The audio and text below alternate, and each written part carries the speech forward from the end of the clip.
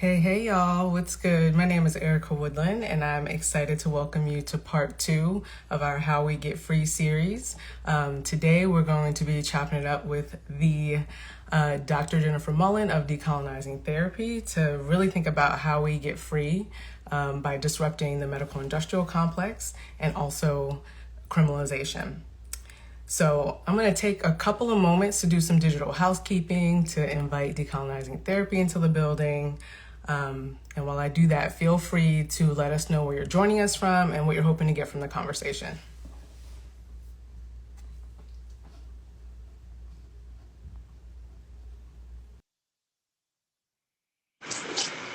Welcome, welcome. Hello, welcome. How are you Hello. today? Let me bring. Um, There we go. Can you hear me okay? yes, I can. It's good to see you. Likewise. How are you? How is your body today? How are you moving? I'm moving. I am a couple days away from a much needed vacation and the beach. And so, you know how it is leading up to like time off. You're like trying to do all the things, Absolutely. but mostly just trying to stay centered and grounded. Um, so I'm gonna just take a second because we have Hmm. Dre is gonna be supporting us with moderation. Wonderful. How are you arriving? I'm arriving. Happy to be in community with you. Feeling the spark of. I have a lot of Virgo in my chart, so I feel like the spark of that Virgo energy of like we're coming into that season and getting things done, Yeah, and also feeling acknowledging the heaviness that is also around, right? And yeah, that energy of us hold and wrestle with, and people that are in need in my life, yeah, right? Right? yeah, And the times that I've been in need, and the time, and how to give and receive support at the same time is always, I think, a challenge for yeah. Ooh, speak on it. me. Uh, um, Before we dive in, I'm going to do a little intro to the space and intro to you. So I am super excited to be here repping the National Queer and Trans Therapists of Color Network. I'm the founding director, and I feel really honored to be the current steward of this work and this organization. But we're a healing justice organization that is getting super bold about our mandate to organize and politicize mental health and healing practitioners to be inside of the question around abolition, decriminalization, and how we get free by leading to the abolishment of the medical industrial complex, which I love that we're going to be talking about that today. But we also know that part of our role and mandate is to make sure that our movements for collective liberation are resourced with the tools to understand the ways that generational trauma impacts our work, impacts our strategy, impacts our relationships, and that we actually have the tools that healing justice can offer us to transform conditions of harm and violence in the ways that trauma, you know, just continues to affect how we approach this work. So this is huge work, and we know that it is generational work, that we are in the middle of a story, and that we are very much informed by a long lineage of revolutionaries who imagined us into these futures. But part of the purpose of this series is to really reintroduce ourselves and re-ground folks following the release of our new theory of liberation. And so this IG Live series is an opportunity to be in conversation with people that we deeply respect, and to think about like what do we need to be doing in this political moment, in particular as health and healing practitioners. So I am so excited to welcome you, Jennifer. I've been a big fan of your work. Since we were on a panel together in 2020, we got to connect. And so it's just been really beautiful to follow you and to see what you're birthing and bringing into the world. I know that you identify as a disruptor of these systems that we're talking about. And so I'm super excited to have you join us. So I'll give you a second to kind of do an intro of yourself, how you're arriving, Mhm. and then we'll kind of get into it. Thank you. And thank you for that intro and that opening and that welcome. I'm sitting here like, yes. And so um, I'm Jen, and my pronouns are she and her, and I'm arriving in this space, feeling excited, and really glad that we've reconnected. I am the steward and founder of Decolonizing Therapy, and we've been working on this framework in a while, and I say we because it often is constant weaving of community members, prior so-called clients, like family, friends, community in the surrounding Jersey City world, as well as um, people that have also come on board and volunteered their time and are a very small team, and so it's like a lot of us shifting, moving, reflecting, bringing forth these understandings, much, right, like the healing justice that we need each other, and that we are fans of mental and emotional health and that being uplifted. However, not fans of the, you know, mental health, the medical industrial complexes, and all the ways those play out, which we're going to talk about, and all the ways that especially big emotions are criminalized and pathologized, Yep. and not fans of this very mainstream, Western, Eurocentric, apolitical lens that continues to particularly harm Black, Indigenous, Brown, queer, people on the margins, peoples. Yeah. Yeah. Um, I also have been stewarded in big ways and little ways into ancestral work, my own work predominantly.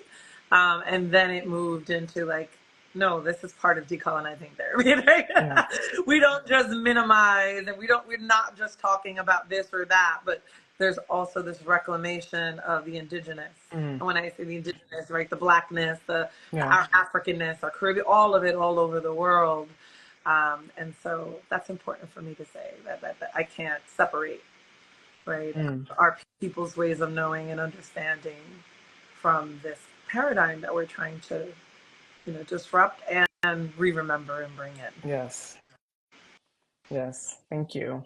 Yeah. And thank you for just, naming the ancestors, which I think in a lot of the communities that we are belong to, that is less controversial, but in our field, that's still a whole thing.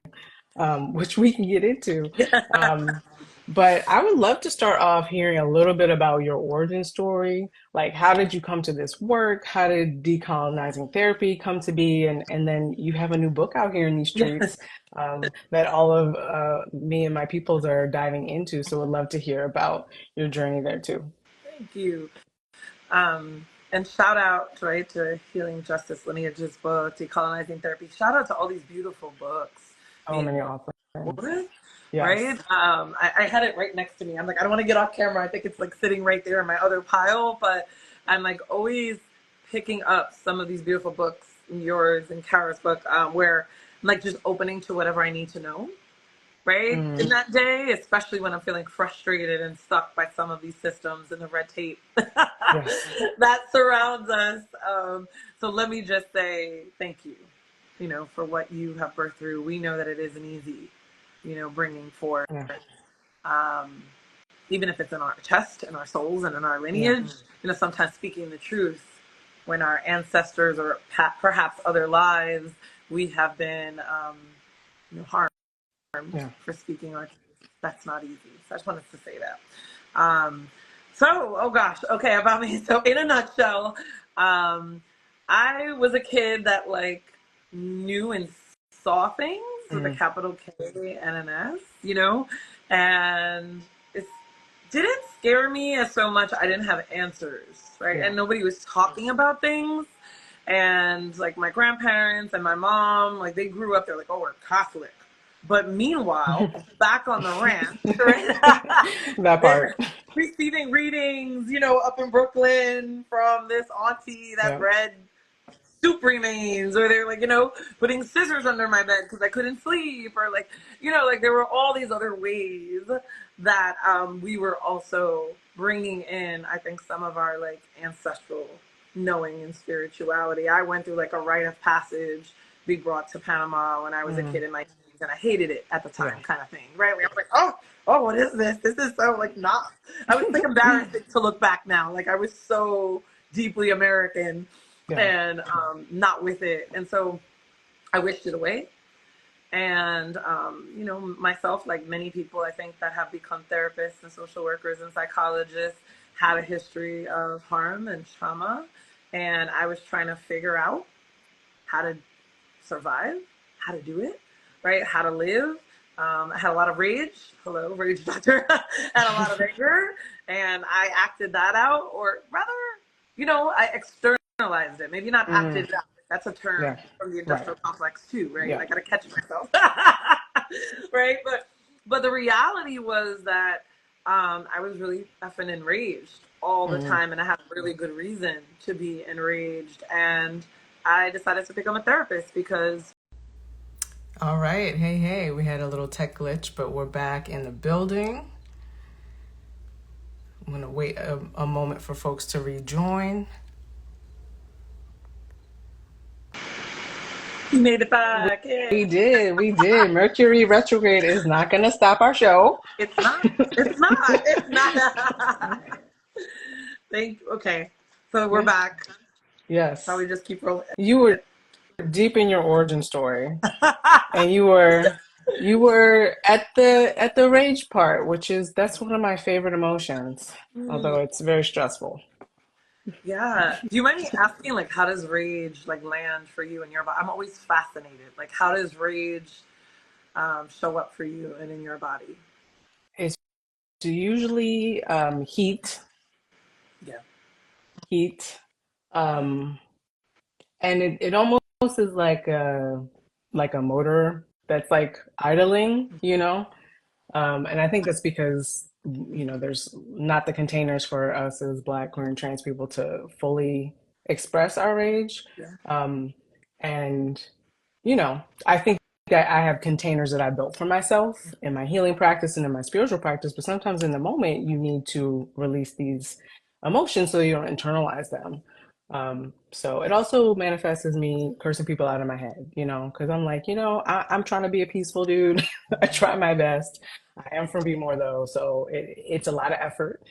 Um, but I think it's one of our bigger teachers in this life. And I spend a lot of time in curiosity about what boundaries is guiding me towards and what wounds, it's illuminating. Yeah. Thank you for sharing that. It shows up for me similarly. I actually often feel like I sometimes laugh. I sometimes Mm, have an inappropriate response, right? Sometimes it's like heavy heaving, but sometimes I go away. yeah. Like I don't remember, and that's a little Mm, scary. yeah.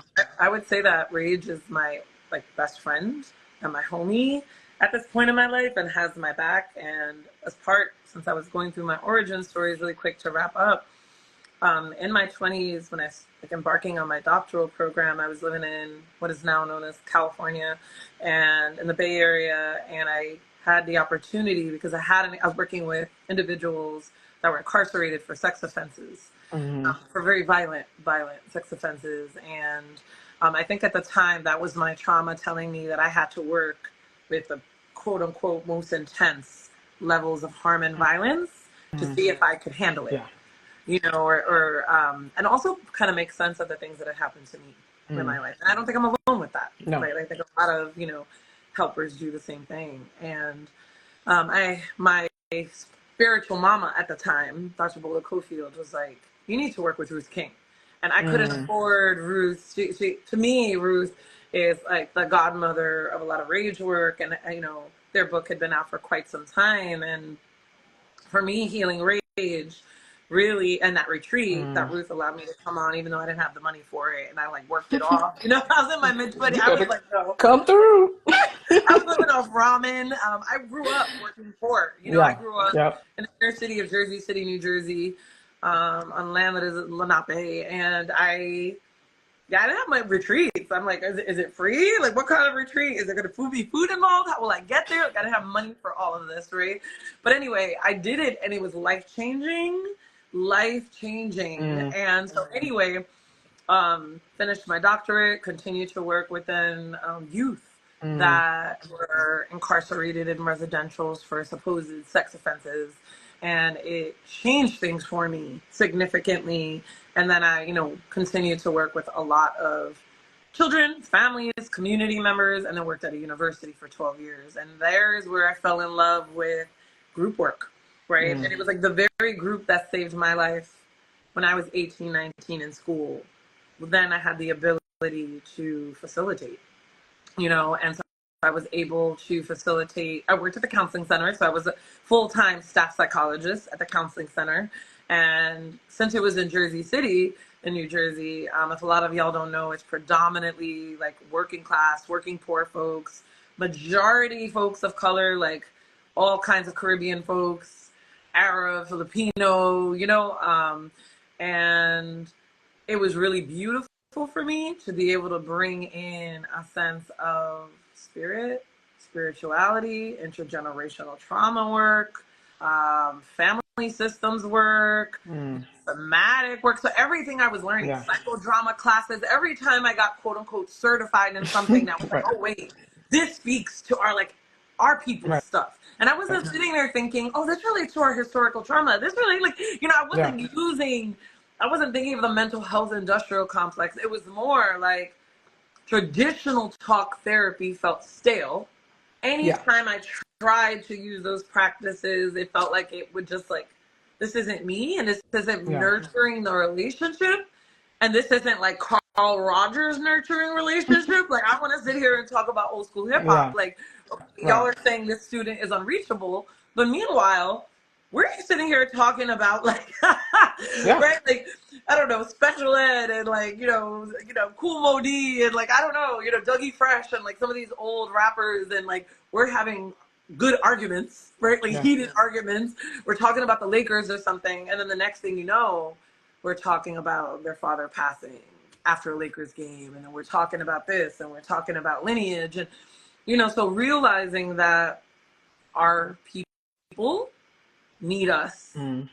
in ways in which we need Yeah. us, right? And that the perhaps the helper, the therapist, the social worker, the crisis worker, that we don't need to just be this like ambiguous Right. facilitator, Right. right? That we get to step into this and also be possibly transformed and shifted by this Yeah. hopefully consensual, healthy, evolving relationship, right? And we get to have a different relationship with care Yeah. and what care means, and maybe bring it back to the roots, like many of our people did Yes. ancestrally as they sat in circle or sat in huts or, right, went to maybe their local shaman or curandero, took care of a child for 3 months Yeah.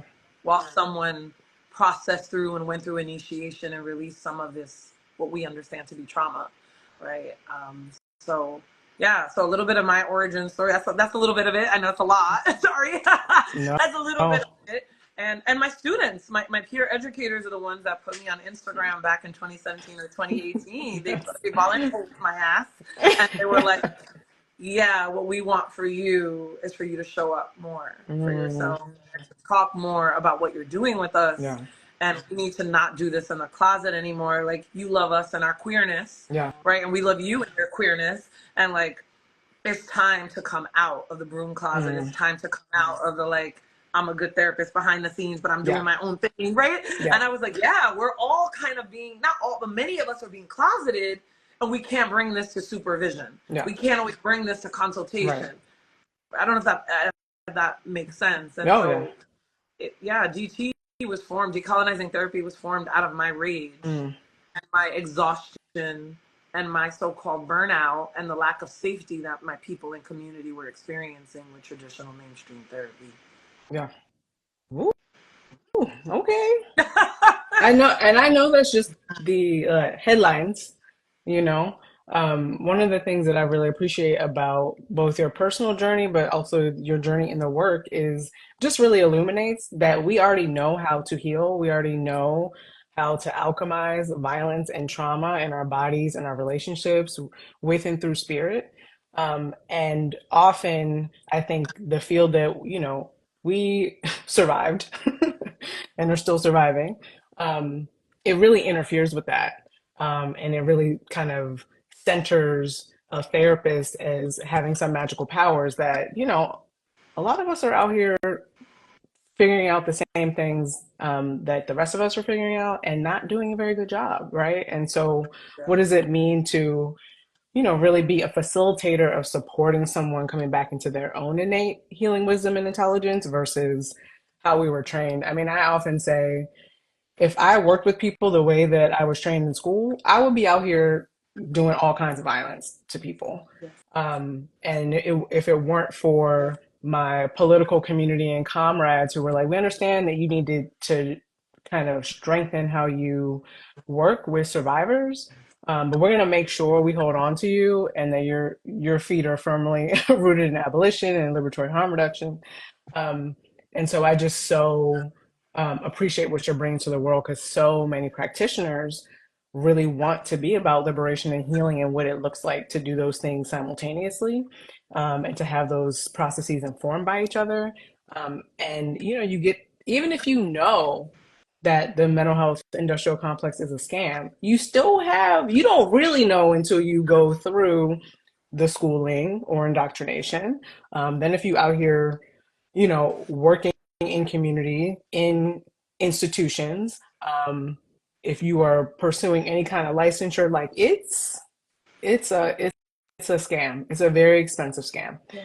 Um, Yeah. it's yeah, And I I'm just say it's like, thank goodness that so many of us are coming to this like awakening around, and I think probably many people have along the way, but like beautiful that so many of us are coming forth and saying we need to bring yeah, this, and thank goodness for community trying to root us, right? And the political education, yes, right? Because I didn't get, I'm sure with you too, I didn't get my political education through these base schools, right? Like these no, systems, these colonial ass institutions, like, and it was like the community organizers, students, yeah, right, calling me in, flying me to Chicago to do work at yeah, Cop City, and like, yeah, like literally me sitting there humbling and just like, okay, what's the definition of neoliberalism again? Sorry, I know you told me 10 times. Like in the yeah, beginning of my yeah, process, like mind blown, yes, and realizing how much I was like engaging in harm, although I didn't mean to. yes, How much I had, like I was sitting there at like 20 something, and I'll never forget this, and I say this to people all the time, getting to make decisions whether or not folks that were incarcerated, hello prison industrial complex, on Rikers Island, whether or not they got to go back in and be, yeah, do another bid and get locked up again, or whether they were free. And like, no one ever asked me if I understood why people were poor, yeah, if I had an analysis of power. No one ever asked me if I understood anti-blackness, what role that was playing in my life, queer, none of yeah, it. And so here I was, just like all this power creating harm, yeah. and that needs to be called in and out. It needs to be held accountable. Yeah. Ooh, okay. So my next question, it's a big one. It's like an eight-parter, and we'll kind of go through it piece by piece. But I really want to dive into the medical industrial complex. And one of the things I appreciate is that you make a distinction between the medical industrial complex and the particular nature of the mental health industrial complex. So how did you first come to make that distinction and also to understand the harms of those two systems? Yeah, beautiful and big question, right? And so I believe that it was through organizing with folks that I started understanding the medical industrial complex, and started understanding that, much like prisons, like the healthcare system, this is how it continues, these arms, this is how it continues to perpetuate itself, white supremacy and the empire, right? Like it continues to perpetuate itself, and it continue building out and working for each other and supporting each other.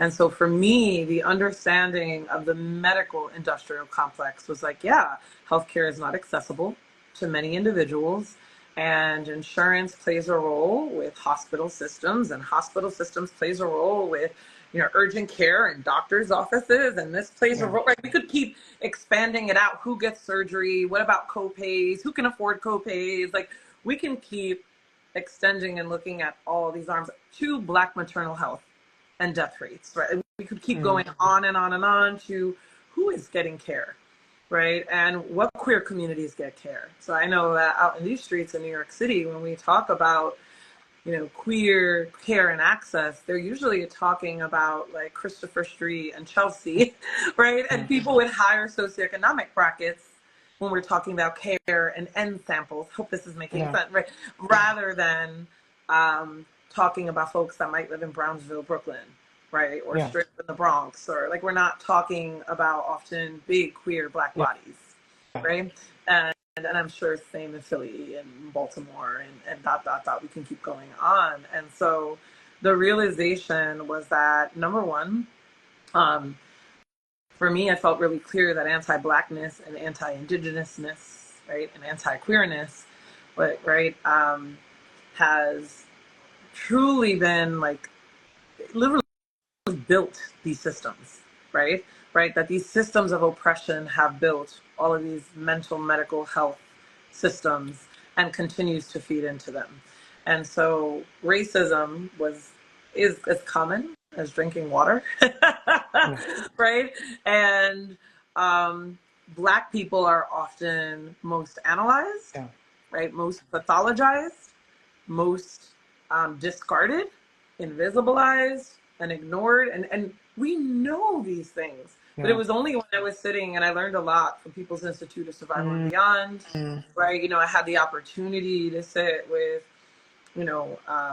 Ron and Dr. Kim and Diana and Milta and many others in the New York, New Jersey sex or, small communities, and really sit there and look at how myself as a psychologist, was just piling on this like Eurocentric lens higher and deeper. PhD, piling higher and deeper, right? Right? And realizing, and then as I was sitting there, I was like, yo, let's dive into the power and the understanding of how mental health harms. And saying that out loud one day in one of the trainings, I think I took like 10 trainings, and I would bring my peer educators. I brought my mama.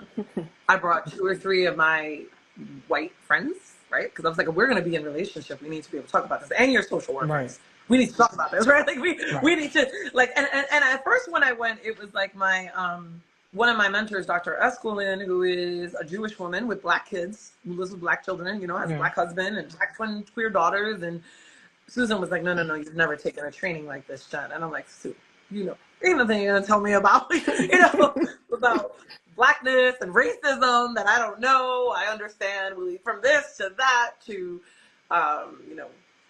bushels and muskets and right, like if there's nothing you're gonna tell me, like let's break it down to Bacon's Rebellion. Let me look at like Blumenbach and Buffon. Like there's nothing you're gonna tell me, but there was something about being in community, right, and having to look at a power analysis of our own communities and how therapists, social workers, even of color, even the queer and trans ones, right, right, how we are trained under these systems, right, these very highly Western colonial systems, right, People's Institute of Survival and Beyond. And what frequently was happening was that it's not just whiteness, but the coloniality, right? Because like white people the people that have come to be known as white are affected by whiteness too, right? And are dehumanized by systems of white supremacy. I think many of us understand that and often uphold it and are some of the biggest upholders and negative gatekeepers of it. And I remember sitting in the meeting saying that out loud and saying, I think that part of my work in this world is to look at how to call out, because I had a list, and I was like, they were like, how do you perpetuate harm? I'm like I had the first two trainings, I was just like, oh shit, like sitting there like I'm gonna be in the cut, I'll be back here, like I was a little indignant, I was a little defensive, I was a little, I'm being real for those of us, because there are people that are constantly coming to awareness, right? And I'm trying not to get off on what you're asking, but the reality is they're very much interconnected, right? Like the empire continuously finds a way to reproduce itself. Absolutely. Right. And I realized that ethics ethics boards. Not that we don't want to be ethical and make sure that people are not harmed, but Right. I ask my students and folks all the time, like, who are we? Excuse me, who are we ethical? Sorry, I get very You can curse here. passionate. You can curse here. Okay, I don't trust okay, people who don't curse. okay. Who are you fucking ethical to? Right? I'm Yeah. not ethical to this board, Yeah. right? Or I'm ethical to the people. I'm Yeah. ethical to the community. I'm ethical to self too. Yes. Like I don't want to sit in front of someone that is talking about dropping bombs and oh, black people are unattractive and not you, but like Right. no, man, No. I don't want to. I don't right like this is violent. This is feeling violent, and when is it appropriate to like refer out? Why Yeah. can you refer out for all these other reasons, but Totally. I can't refer out when I'm being harmed as well in this space, right? Right. And I need to name that, and I need to name these systems that we swim in, and how I benefit from this, and how when we're talking about practice and we're talking Yeah. about mental health, sometimes we're thinking of perhaps hypothetically you and I that can afford a couple $100s an hour to work with someone that can meet our Right. our needs, our Right. intersectional needs. Yeah. I'm guessing, I'm Yeah. guesstimating, right? Like generally, Yeah. on a good day, Yeah. we can afford that. Yeah. On a good month, on a good, whatever.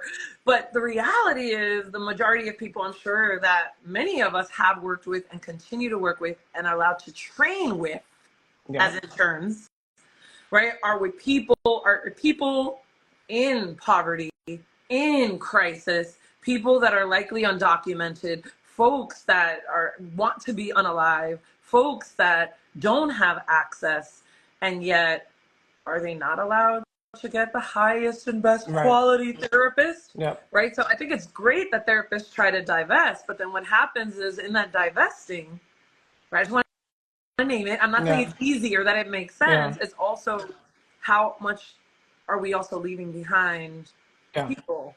But I'm not saying at the same time that we need to like barely eat Right. or have 80 clients in a 2-week period, which is very Right. real, right? But at the same time, these systems of harm, this mental health industrial complex benefits, right, off of our labor, Yeah. benefits off of us pathologizing, benefits off of us submitting to insurances. And again, it doesn't mean that it's bad or good. It just is. Yeah. Yeah. Benefits off of, having individuals call the police when there is a mental health crisis. Yeah. Right. Benefits, and it's still built off of ableism and eugenics. Right. And this myth of normality. Yeah. Right? Like, are we neurodivergent, or many of us, or is it that there are multiple kaleidoscopes and Right. colors and layers, and that maybe some of us are seers, Yeah. maybe some of us have things passed down that we're able to do, or ways that we're able to work, and so I was saying a whole lot, but I just think it's very crucial to understand how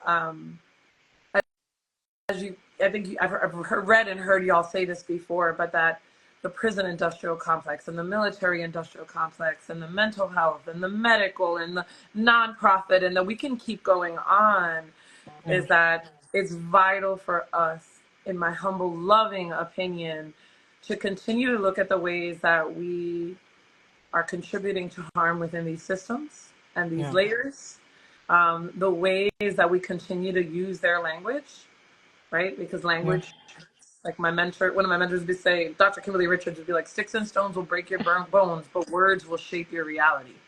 Mm. Right? Words will shape your reality. So it makes me think of, public sectors, surgery, psychiatry. Oh, don't get me started on psychiatry, right? And just how deeply it is founded on not only just experimenting on people, but truly and deeply in Yeah. eugenics, right? And Yeah. how penalizing poor people, queer people, you know, folks living with disabilities is part of how these systems continue to grow and strengthen and attempt to create the survival of the fittest energy. Yeah. Yeah. Thank you for that. I feel like There's some pieces I want to double down on because it's like so important.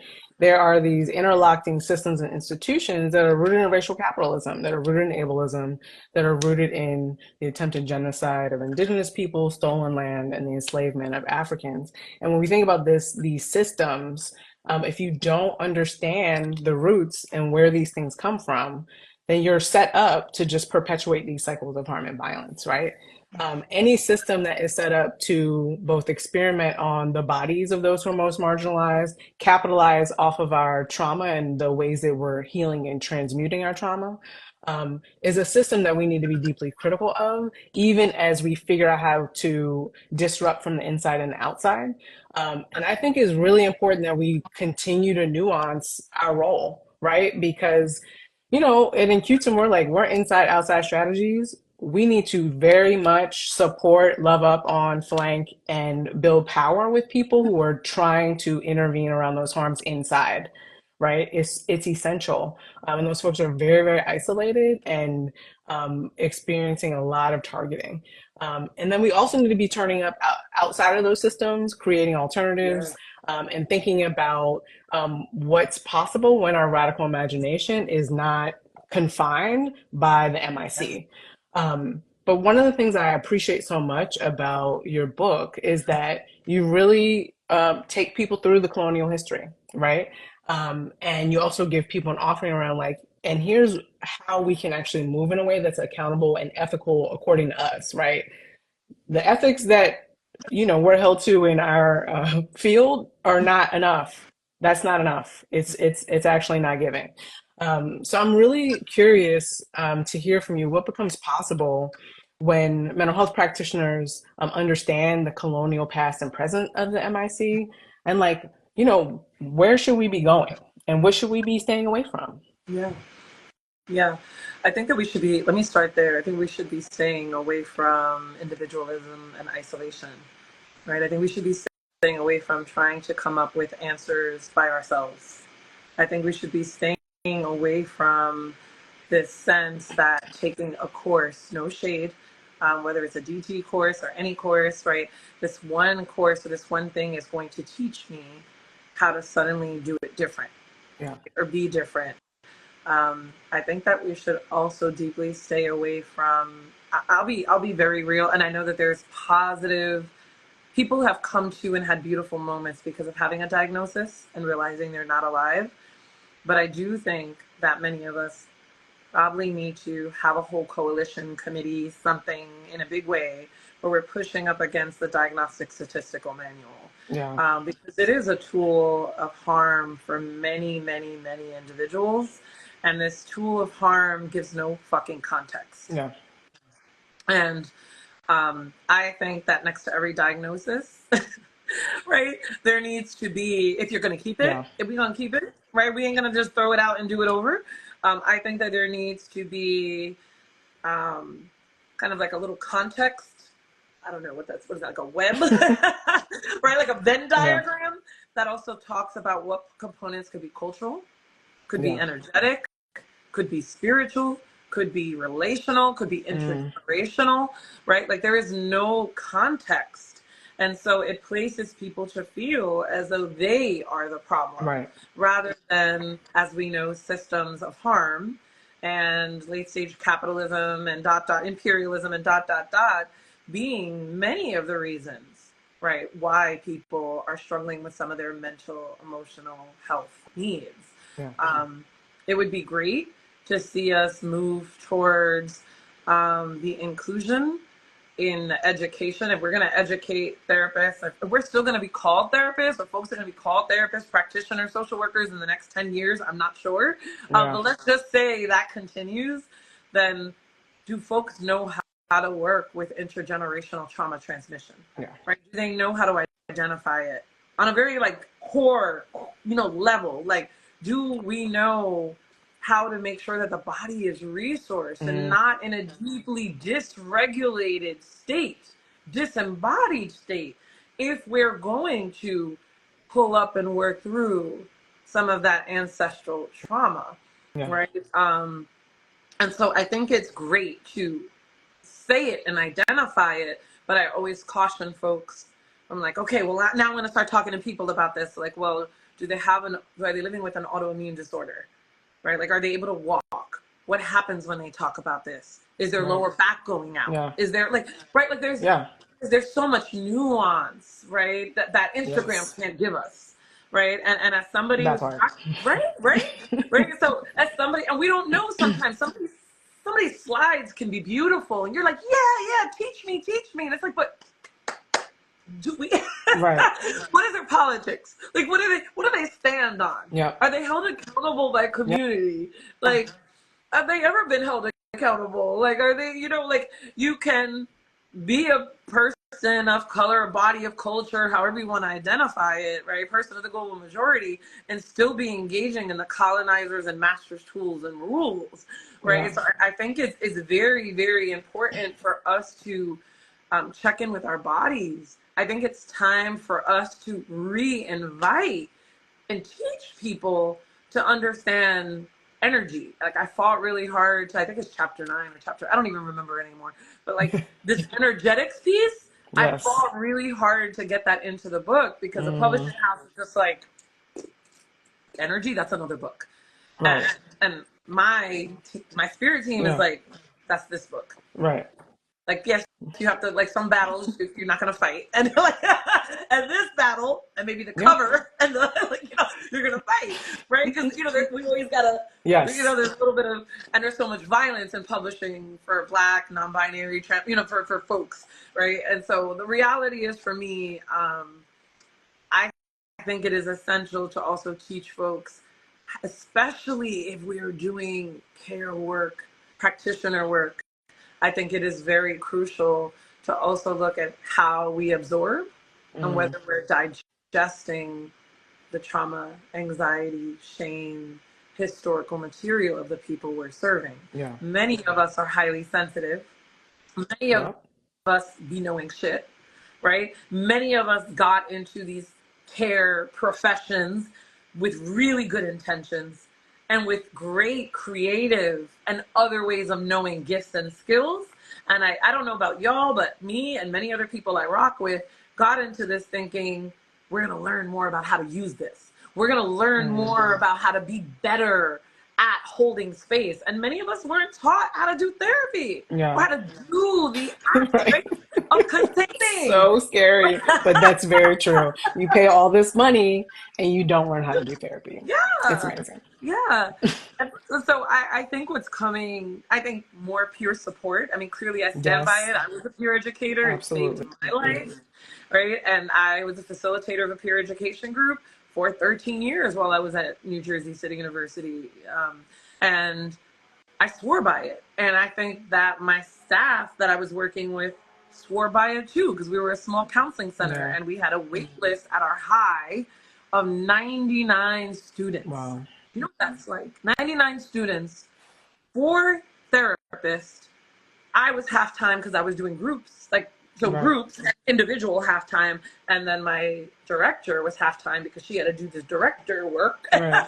and then see clients. So 2 full-time staff, Yeah. and our students are begging for more therapy from us because Right. we were out of the box, Yeah. right? And because a lot of us look like them or came from their hood, right? Or, Yeah. sounded like them or wore kicks to session, whatever Yes. the case was. Like, we were there with them, and group and peer education were some of the ways that I think there was universality, peer and community support, right? And I think, like you named before, also having more radical, shout out to Omusilla, radical mental health work, Yes. right? And mental health intensives and immersives where everybody knows how to help.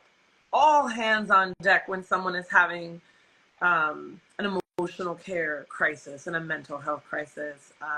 And one of the last things I will say, because I'm saying a lot, is that I believe that it is also essential to bring in our community, whether it is house mothers, whether we are talking about babalaos, whether we're talking about priests, folks that the people that we're serving rely on and trust and need.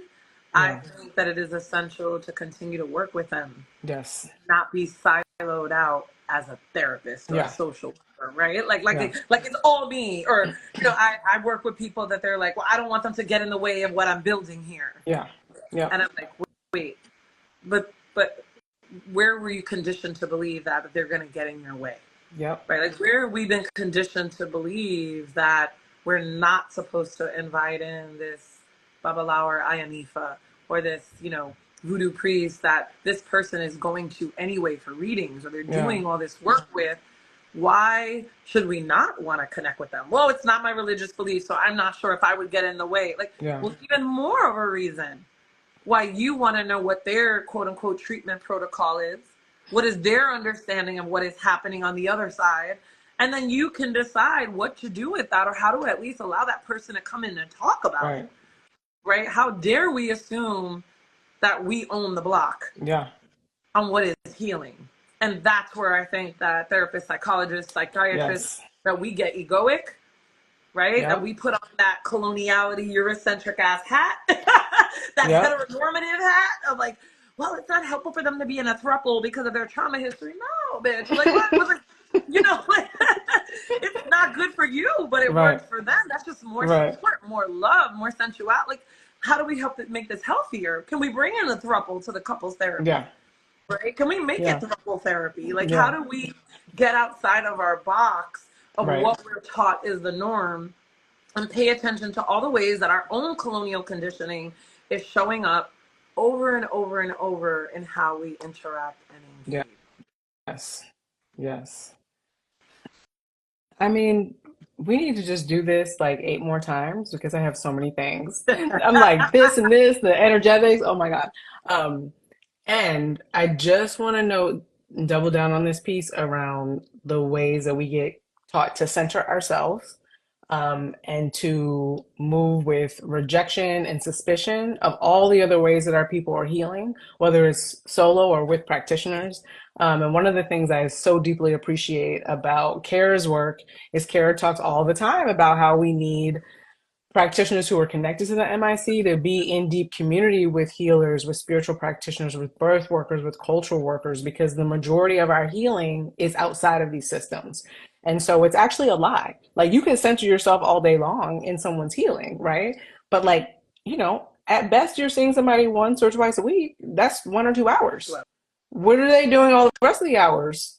Healing and working towards liberation. So I do think it's really troubling that kind of disconnect, but also really thinking about like how are we um, how are we honoring and naming these traditions, and also how are we naming our own fears, right? And the ways that Christian supremacy is also so pervasive in our field. It's like we don't talk about religion unless you're talking about what Christian church somebody goes to. Then we're all comfortable talking about religion, right? So anyway, I digress. I think I'm going to ask you one more question, and then move into closing. But I would like to end on kind of like this moment is so emergent, and while it is horrifying and treacherous to be a conscious human in this time. Um, I am also really, really inspired by the interventions that people are building and the work that people are putting out into the world because of the conditions. So I'm curious, what are you witnessing that's inspiring to you, that's nourishing you and your compass for liberation? What a beautiful question. Thank you. And I'm like, oh, okay, pick one thing, Jen, one thing. Um, well, one of the things I'm really inspired by are our youth and their movements. I have learned so much. When I say youth, I mean, I feel like an old head at this point. And, I just turned 46 in July. And when I say youth, I suppose I'm thinking maybe getting 25 and under. I don't know Yeah. if that's fair, but, you know, but I'm really, really, what's holding me down is actually having conversations and learning from, Mm, right? Like community orgs. A lot of my education, as I said before, my political education, a lot of it started with um, a folks that I work with and sat in sweat lodges with, that were Paiute identified Indian or Navajo when I lived in the Bay Area, but then grew into People's Institute of Survival and Beyond, Anakbai in New Jersey, right? The People's Democratic Movement. Like, it was like really Gabriella USA in New York. Like, there were just so many movements that, and it makes me emotional, like, brought me in and helped shift my worldview and perspective and remind me what I'm capable of and remind me of the power that I have and remind me of, like, these are some people that are like barely making ends meet, right? Yeah. And like barely, like, with enough, right? Like 8 of them living in, you know, one apartment together and just happy, full of joy, connecting, like showing me what true communal care and collective care is. And so that is really uplifting me, because I feel like a lot of our youth that are dedicated to the movements, like we saw the student encampments, right?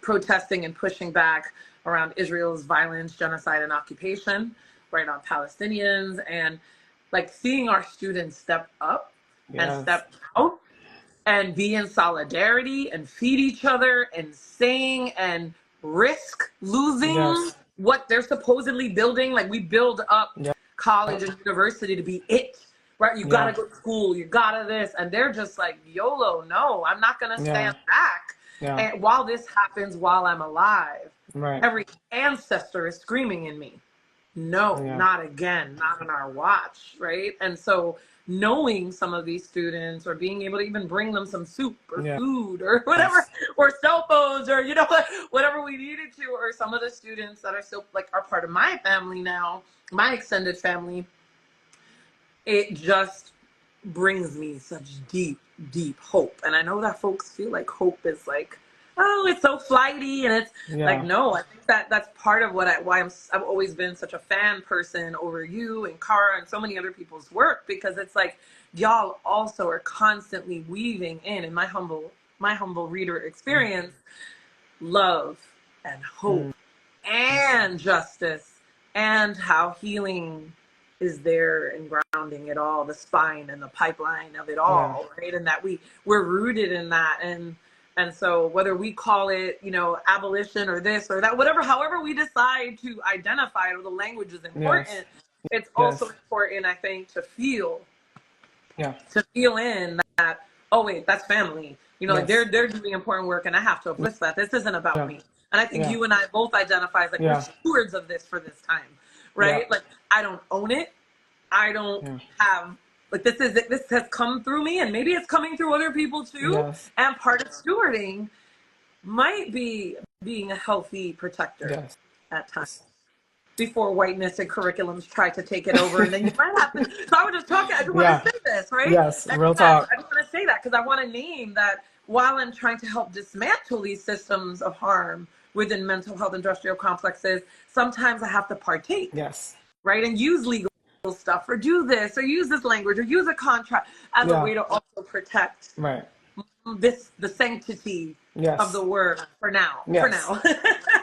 So I just want to say that the complexity and the tension between being in this, right, and also trying to pull out and dismantle. So youth over and over, and peer support, and those that are doing the work to unravel what we understand as, again, this eugenics movement that is still very much alive and well, and how Stainism has so deeply rooted, and ableism is so deeply rooted in mental health. These are the people that are finding new ways, right, and are open and able to say, like, oh, okay, I was diagnosed this many times with bipolar disorder. I've been hospitalized this many times.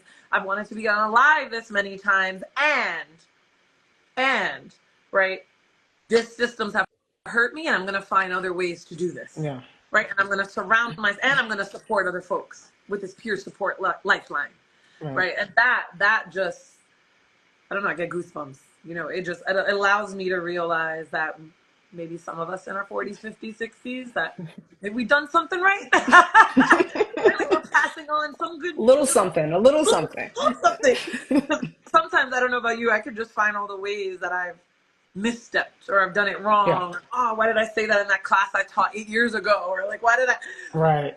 right? Like, but thank goodness for having been politicized. And so that is my urgent call and love to everyone. Like, may Mm. we continue to politicize ourselves. May we never be done. May we always be in community.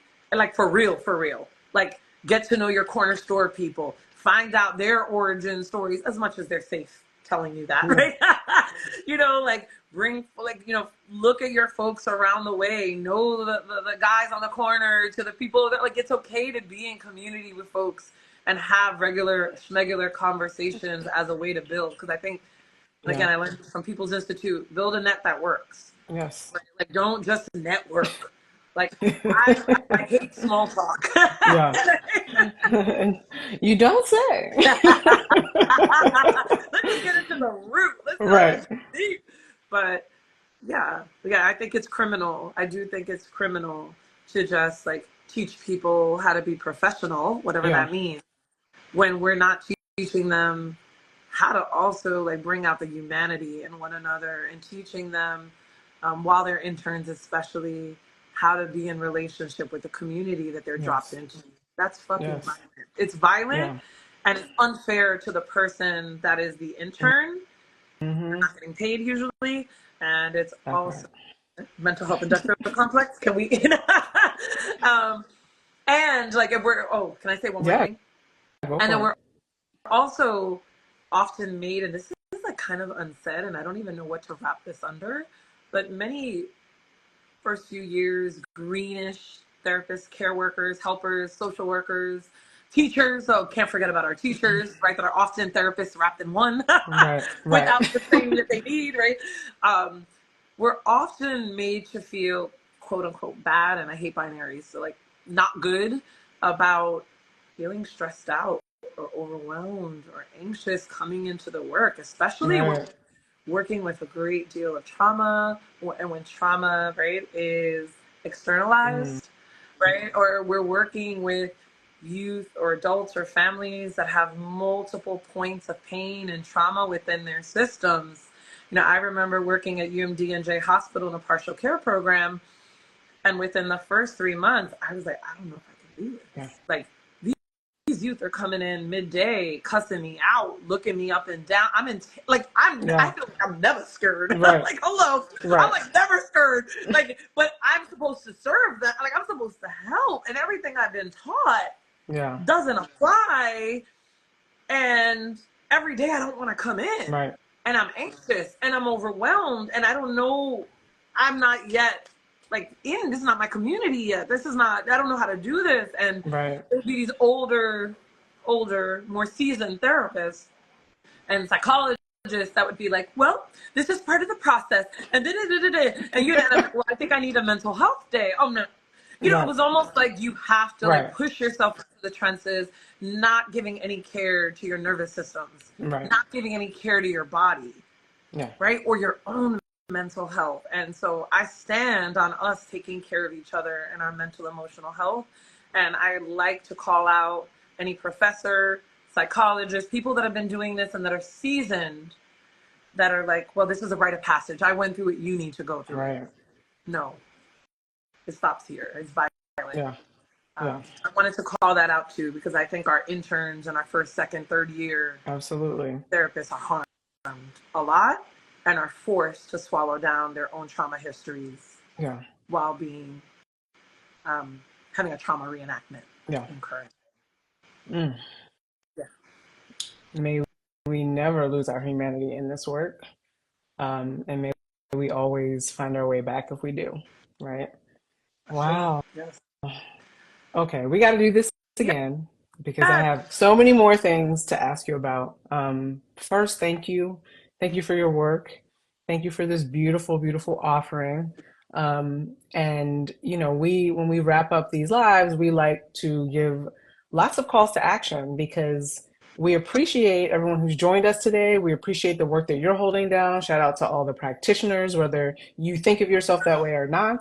Um, but in order for us to really be about it, we have to do more than sit and listen. We have to to move. So our biggest call to action is to make sure you get you a copy of Decolonizing Therapy, Oppression, Historical Trauma, and Politicizing Your Practice. It's out here. It's amazing. Also, Decolonizing Therapy, I know you all have office hours and a rage retreat coming up. And links to all of those beautiful things you can actually find in the Incutin bio for the next couple weeks because we wanted to make sure to lift up those resources. Um, and then we know that DT also likes to donate to mutual aid initiatives. So you'll also see links to the Nanticoke Lenape Tribal Nation, the International Rescue Committee for Sudan, and also the IRC for the Democratic Republic of Congo, and of course, Operation Olive Branch. Um, in terms of Incutin, please continue to follow us here. Join us and become a member. Check out our new field building report, link in the bio, that really highlights the process that kind of brought us to our theory of liberation. You can always get you a copy of Healing Justice Lineages. And most importantly, of course, and always, free Palestine, free Congo, free Sudan, free Haiti. Ashe. Thank Ashe. you Thank so much, you. Jennifer. I appreciate you. Thank you for your Yes, spirit. You're amazing. yes, yes. Take good care. You too. Bye. Bye.